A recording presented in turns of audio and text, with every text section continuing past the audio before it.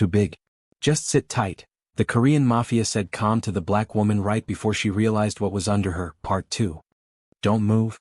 You're mine now, he said after the explosion. The morning after the ambush.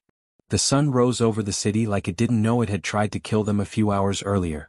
The penthouse was a wreck, glass, stray bullets, overturned furniture. But somehow the quiet was more unnerving than the gunfire. Amara woke up first. She lay on the couch under a heavy black coat, her heartbeat still racing from everything that happened. She remembered the gunman. She remembered Jae-won covering her with his body, shielding her like she was the only thing he cared about. And she remembered his confession on the balcony. You're under my skin. Her stomach tightened at the memory. She sat up slowly, expecting to see him nearby, but he wasn't. The room was empty. Her breath caught. Jae-won. No answer. Her pulse spiked. The room suddenly felt colder, and every terrible possibility rushed her at once. Then, click.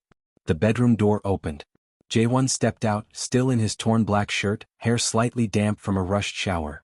A thin line of dried blood crossed his collarbone where he'd been grazed last night. He had a gun in one hand and a file in the other.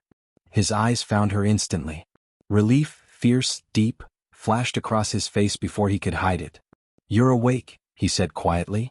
His voice, lower than usual, rougher, like he hadn't slept. Amara swallowed. You left the room. I thought. He set the gun on the table and crossed the room in 3 long steps. Then he did something that surprised even him. He cupped her face in both hands, tilting her up toward him. I would never leave you, he said. Not cold. Not calm. But raw. Amara's breath hitched. His thumb brushed her cheek, slow and deliberate. You scared me, she whispered. You scared me more. His voice tightened. When they shot through the windows, when you were under me and shaking. He inhaled sharply. I realized I'd kill every man in this city if they touched you again. Her heart pounded. Jae-won. I'm not finished, he murmured. He lowered his forehead to hers. You think last night was an accident? He whispered. That they broke in randomly? She froze. What are you saying? He straightened, jaw clenched, eyes turning cold, but not at her. They came for you, Amara? Her blood ran cold. Why would anyone come for me? He shook his head slowly. That's what I'm going to find out. His voice hardened with the kind of promise that made entire syndicates tremble. But first, he knelt in front of her. Not as a lover. Not as a kingpin. But as a man who was terrified he might lose the one person he couldn't replace. I need you to stay with me, he said. Serious. Final. Not because you're in danger, he added, lifting his gaze to hers. But because I am if you leave. Her breath trembled. Kang Jae-won, she whispered. He reached up, sliding his hand behind her waist, pulling her just a little closer. Stay close, he said softly. Not a command. A plea wrapped in power. Amara nodded slowly. I'm not going anywhere. Something unguarded flickered through his eyes. Relief, heat, something deeper he still hadn't said out loud. He rose to his feet and extended a hand to her. Good, he murmured. Because part 2 of this mess starts now. Who sent them? The penthouse felt smaller in daylight. Shards of sunlight slipped through the torn curtains and cut across broken glass on the floor, making glitter that felt almost obscene after the violence of the night before. Amara moved slowly, touching objects as if the world might crumble at any careless gesture. Jae-won watched her from the kitchen doorway, a file clenched in one hand, his other resting on the counter. He looked, tired, raw, and more exposed than she'd ever seen him. You shouldn't be walking around alone, he said, but there was no edge to it, only concern. She looked up at him, exhaustion and a strange stubbornness in her eyes. I need to know what they wanted. I can't just sit and pretend I don't care. He closed the distance in 2 long strides and set the file on the coffee table. On top of it lay a folded photograph, a grainy police printout of the crate, stamped with a name she'd never seen before. They didn't come for the crate by accident, he said. They came for someone who knows the crate's movements. Someone who could open doors to it. Amara's fingers found the edge of the photo. So they think I can help them? Jae-won's jaw flexed. Right now they think you are a key. That's the worst kind of target. He tapped the photo with one forefinger. We need to know who sent them. Otherwise they'll keep trying. She swallowed. Who would want me as leverage? He paced thinking. Power shifts, old alliances, new players rising. Anyone with a grudge against me could use you to get to me. Or someone who wants the crate's contents badly enough to create collateral? Amara's mouth dried. Then what do we do? Jae-won sat heavily on the armchair across from her. For a rare moment he seemed to measure his words. We start where the trail begins, the dockyard camera footage, our contacts who saw the men in the neighborhood, the warehouse they scouted last month. I'll have Hyun-suk pull the footage. I'll call in a favor from someone who owes me more than his life.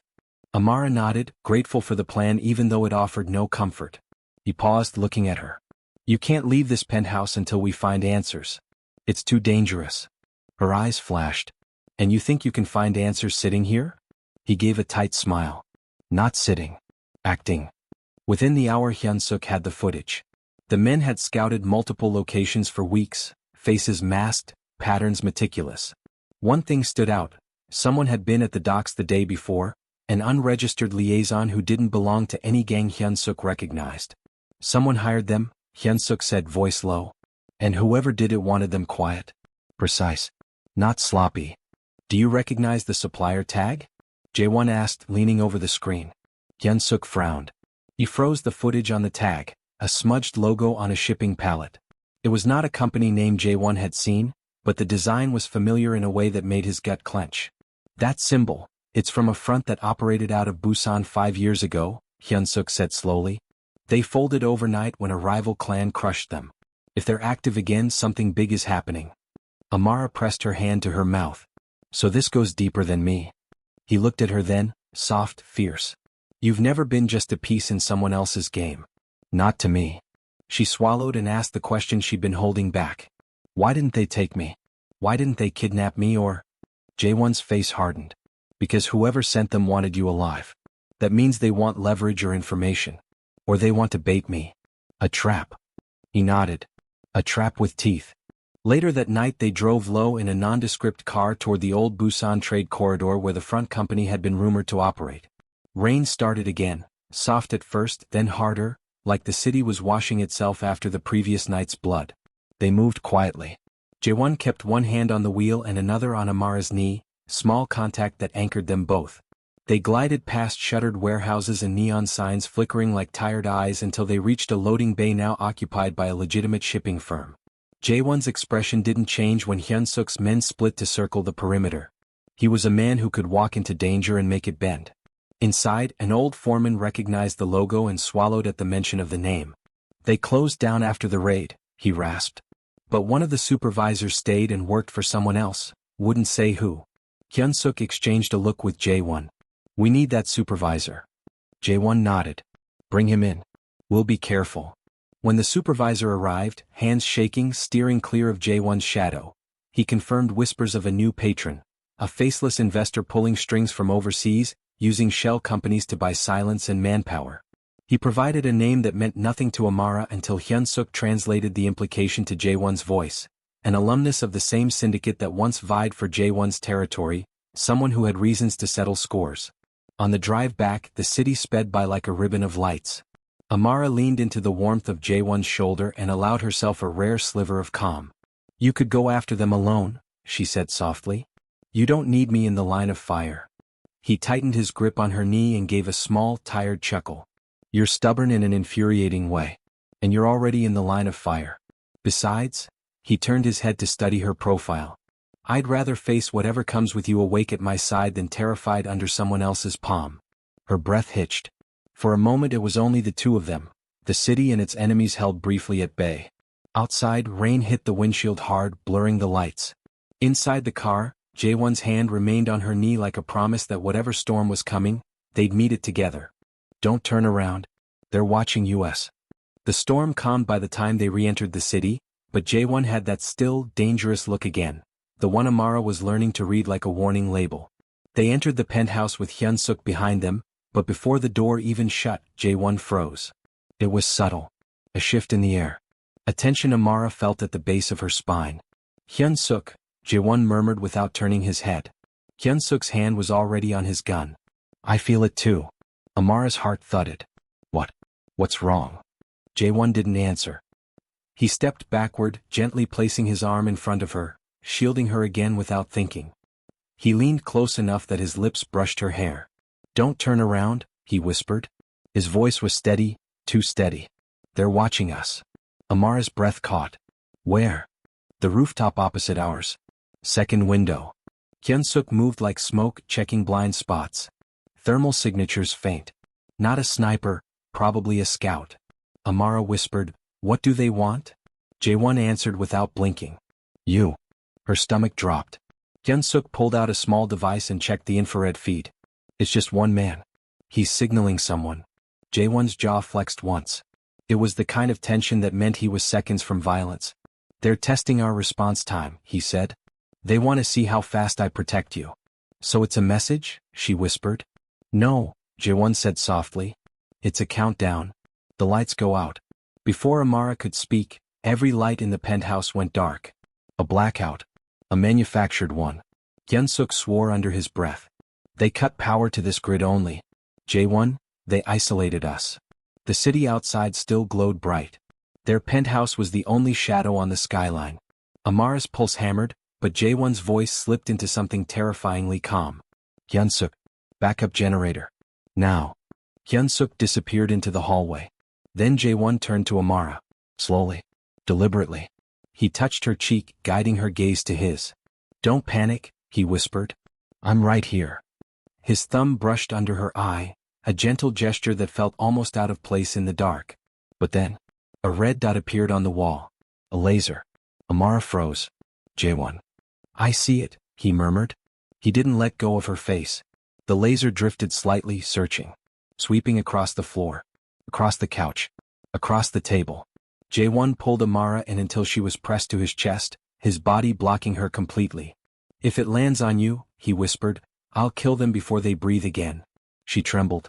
Not from fear alone, but from the heat of him pressed against her, the certainty in his voice, the terrifying, protective intensity radiating off him. The red dot hovered. Came closer. Hyun-suk's voice crackled over their comm line. "Found their signal source. I can reroute the generator in 10 seconds.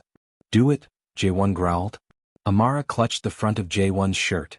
"Why are they doing this?" Jae-won didn't look away from the window. "To see what you mean to me," he answered. "To see if your life makes me reckless." Amara swallowed. "Does it?" He exhaled, a slow, honest confession. "Yes." The penthouse reactivates. The lights flick back on. Instantly. The laser dot vanished. Jae-won moved in a flash, crossing to the balcony doors. He swung them open and aimed outward, firing a single warning shot into the opposite rooftop. A scream echoed from across the gap. Hyun-suk rushed in. "We have movement on that building, he's retreating." Jae-won holstered his gun. "Let him run. He'll lead us to the rest." Then he turned back to Amara. And something in him cracked open. He walked straight to her, cupped her face again and rested his forehead against hers. "You're not leaving my side again?" he whispered. His voice was rough like the words hurt. "I don't care if I have to keep you in my arms to make that true." Amara's breath trembled. "Jae-won." "I mean it," he murmured, his lips brushing her temple. "Whoever is coming for you, they're going to learn what happens when a man like me has something to lose." His fingers slid to the back of her neck, pulling her closer. "And Amara?" "Yes," she breathed. His voice dropped to a low, intimate rasp. "You're not going anywhere. Stay close. I won't let them touch you." Rain drummed against the penthouse windows as night returned, hard, relentless, like the city itself was warning them. Jae-won stood in front of the glass wall, his silhouette sharp against the lights of the skyline. His shoulders were tense, his hands buried in his pockets, his jaw clenched with a fury he wasn't trying to hide. Amara watched him from the center of the room. He hadn't spoken in minutes. And that terrified her far more than the blackout or the scout on the rooftop. When Jae-won went quiet, it meant one thing. He was planning violence. "Jae-won," she said softly. He didn't turn. "You should sit." She walked closer instead. "Talk to me." His voice was low, rough. "Amara, the man watching us earlier wasn't alone." Hyun-suk picked up 2 more signals on nearby rooftops. "They're closing in." Her stomach twisted. So it was a test. Jae-won finally turned toward her. His eyes were darker than the storm outside. "It was a declaration," he said. "A warning. Or a threat. Or both." He stepped closer, each movement slow and controlled, but she could feel the storm building inside him. "I should never have brought you into this," he murmured. She shook her head. "You didn't bring me into anything. I walked in." He exhaled sharply. And I didn't stop you. His hand brushed her elbow, tentative at first, as if he wasn't sure he deserved to touch her. But when she didn't pull away, his fingers tightened slightly. You think I don't see what this is doing to you? He said quietly. You're trying to be brave, but your hands are cold. Your voice shakes. You barely sleep. Amara swallowed. I'm still here, aren't I? He looked at her like she had just said something he didn't know how to accept. Then he said it. The thing he'd been holding in his teeth since the first attack. They want you because they believe you matter to me. She held his gaze. Do I? His breath stilled. Amara? He lifted a hand, hesitated. Then touched her jaw with a gentleness that contradicted every violent instinct inside him. You matter in a way I'm not supposed to feel. Her pulse jumped. He leaned in, voice dropping to a whisper rough enough to break skin. You matter enough that I'm willing to burn half this city to keep you alive. Amara felt the words like heat down her spine. But before she could answer, Hyun-suk burst into the room. Boss, there's movement on the lower decks. Jae-won's entire demeanor snapped back into lethal focus. How many? 6. Maybe more. They're searching floor by floor. Amara inhaled sharply. They're coming up here? No, Jae-won said. They're trying to. He grabbed a black tactical jacket from beside the couch and strapped a knife to his thigh. He moved with the precision of someone who had lived too long in danger to fear it. Hyun-suk checked his earpiece. Backup ETA is 5 minutes. Jae-won scoffed. They won't get here in time. Amara's pulse hammered. Then what do we do? Jae-won stepped in front of her, close enough that she had to tilt her head up to meet his eyes. You're staying with me, he said. Every second. Every step. You do not leave my side. His hand slid to her waist, firm but protective. If anything happens. Nothing will, she whispered. He tightened his grip on her waist, the muscles in his jaw working. It won't, he echoed. Because I won't let them touch you. Not even once. Then he pulled her behind him as the elevator dinged somewhere below. Hyun-suk lifted his gun. They're coming. Jae-won didn't flinch. He placed Amara behind his back, one arm sweeping protectively across her. His voice dropped to a chilling, controlled promise. Let them come. Amara felt the shift in the air. A dangerous calm settling over him, thicker than the storm outside. Jae-won looked at her one last time. When this is over, he said quietly, we're going to talk about what you mean to me. Before she could answer. Boom. A concussive blast shook the building. Hyun-suk grabbed his gun. Amara grabbed Jae-won's arm. Jae-won stepped forward with lethal precision. Stay behind me, he whispered. I'm ending this. If they touch you, I'll lose my mind. The explosion ripped through the lower floors like a beast clawing its way upward. Concrete dust drifted from the ceiling. Lights flickered. Sirens from the building's internal alarms wailed in sharp, panicked bursts. But Jae-won didn't panic. He changed. His entire body shifted into that cold, lethal stillness Amara had only seen once before, the night he warned her not to tempt him. Hyun-suk, he said, voice flat, seal the east corridor. Block the stairs. Hyun-suk sprinted off. Jae-won grabbed Amara's wrist, not roughly but firmly, like she was the single thing tethering him to sanity. Stay close to me, he said. A command. A plea. A warning.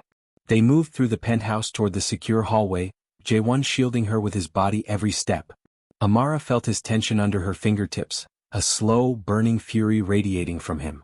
Jae-won, she whispered as another tremor shook the floor, what if they break through? They won't. He didn't look back.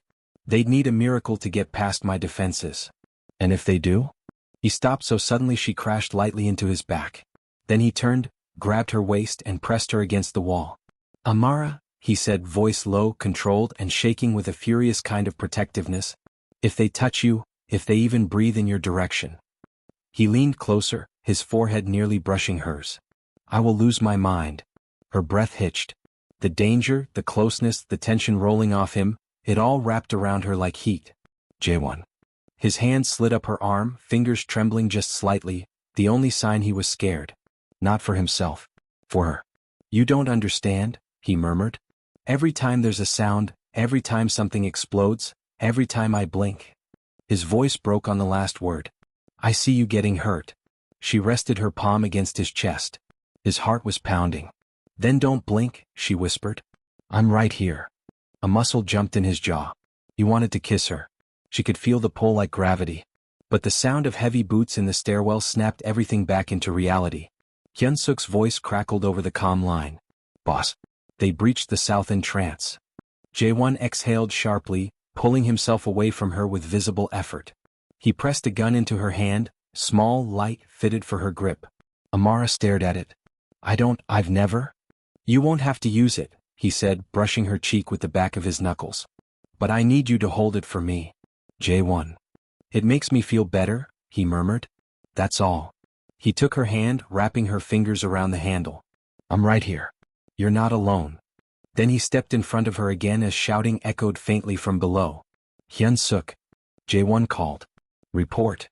Hyun-suk's voice came through breathless. 3 armed hostiles. They're pushing up the south wings. Are they marked?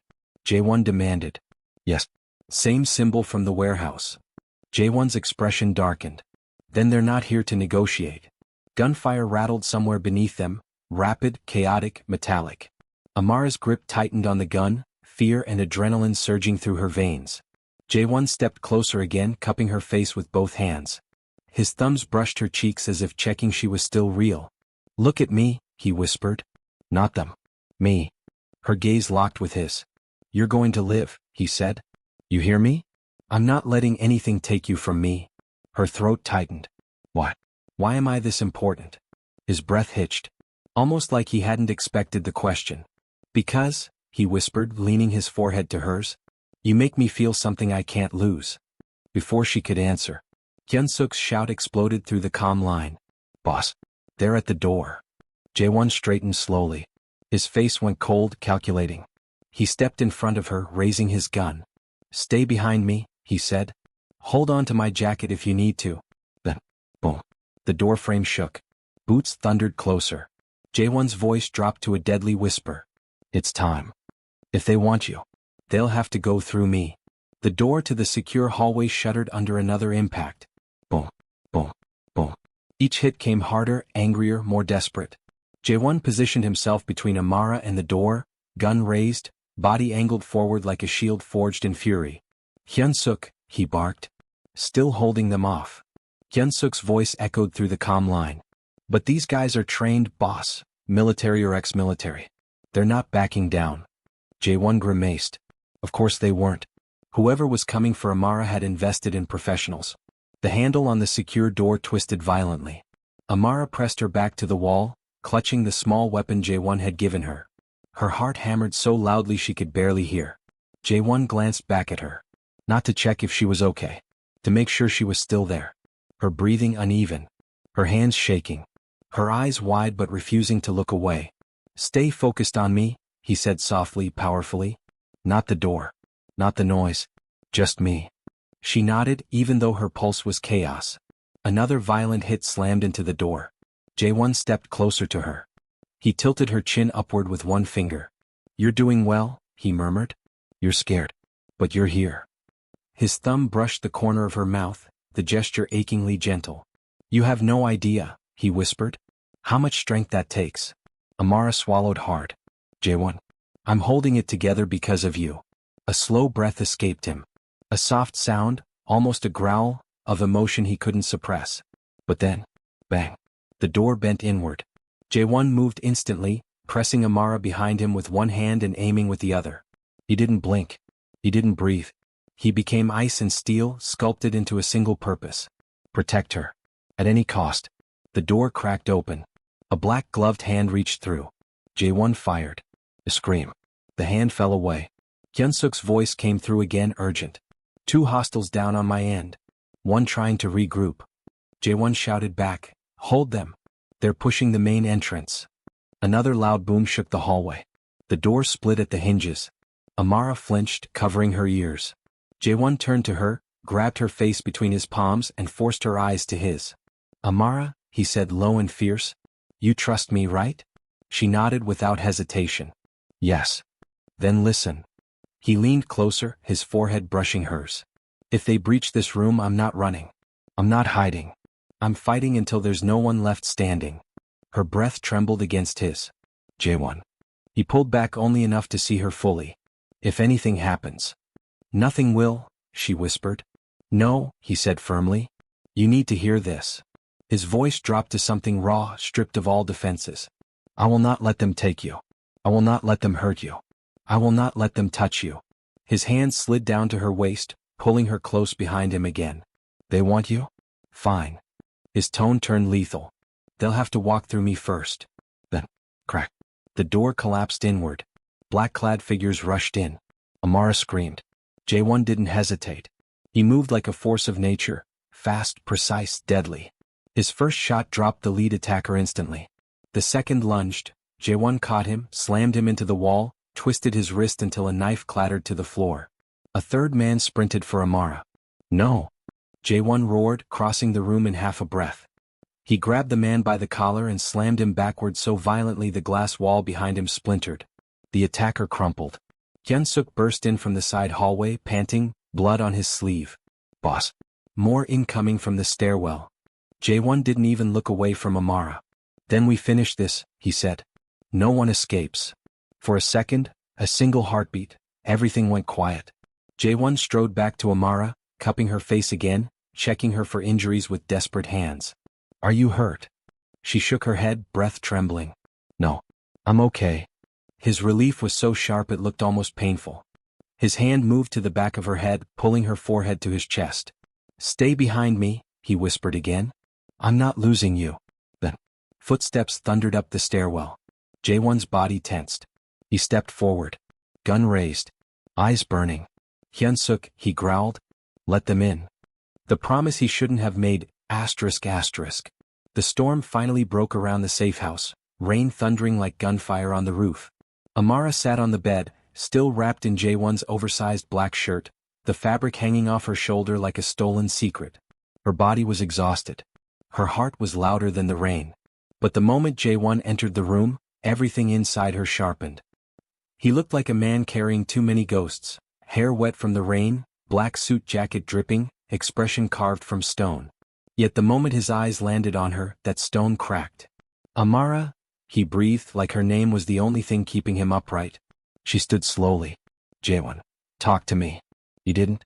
Instead, he stepped forward, cupped her face gently, and pressed his forehead to hers. I shouldn't have touched you last night, he whispered. His voice was low, broken. Not when every man and soul is coming for me. When danger sticks to my name like blood. Amara's fingers slid up his chest. You make it sound like I didn't want you. His jaw flexed, guilt, desire, fear all tangled. I promised myself I'd keep you safe, even if it meant keeping my distance. He exhaled shakily. But last night, Amara, I lost all control around you. She lifted his chin so he had to look at her. You didn't lose control, she whispered. You finally told the truth. Jae-won didn't move, didn't blink. But his grip on her waist tightened, pulling her closer. You are the one thing I need most, he murmured, and the one thing I should stay away from.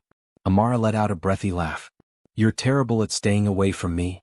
His lips twitched. Yes, I am. He leaned down, brushing her mouth with his, but stopping just barely short. The tension snapped through her like a live wire. Then he whispered, voice trembling. I'll protect you, Amara. No matter what it costs me. Even if the whole mafia comes for my head. I won't let them touch you. Her breath caught. Jae-won, you can't fight everyone. His eyes darkened. Watch me. Then the door suddenly banged open. Minho, Jae-won's right-hand man, stood soaking wet, panting. Boss, Lee Myung-soo's men spotted us. They're heading this way. The air froze. Jae-won's arm wrapped around Amara instantly, instinctively, like he was shielding something precious. Minho's eyes darted to her. We need to move. Now. Amara swallowed. The moment she dreaded had come. Jae-won leaned close, his breath warm against her ear. You stay behind me. You don't run unless I tell you. She nodded, though her chest shook. He looked at her one last time, like memorizing her face. After this, he whispered, I owe you a future. I meant every touch, every word. And I'm not done with you. Then he pulled out his gun, slid beside her, and opened the door into the storm. Together. They stepped into war.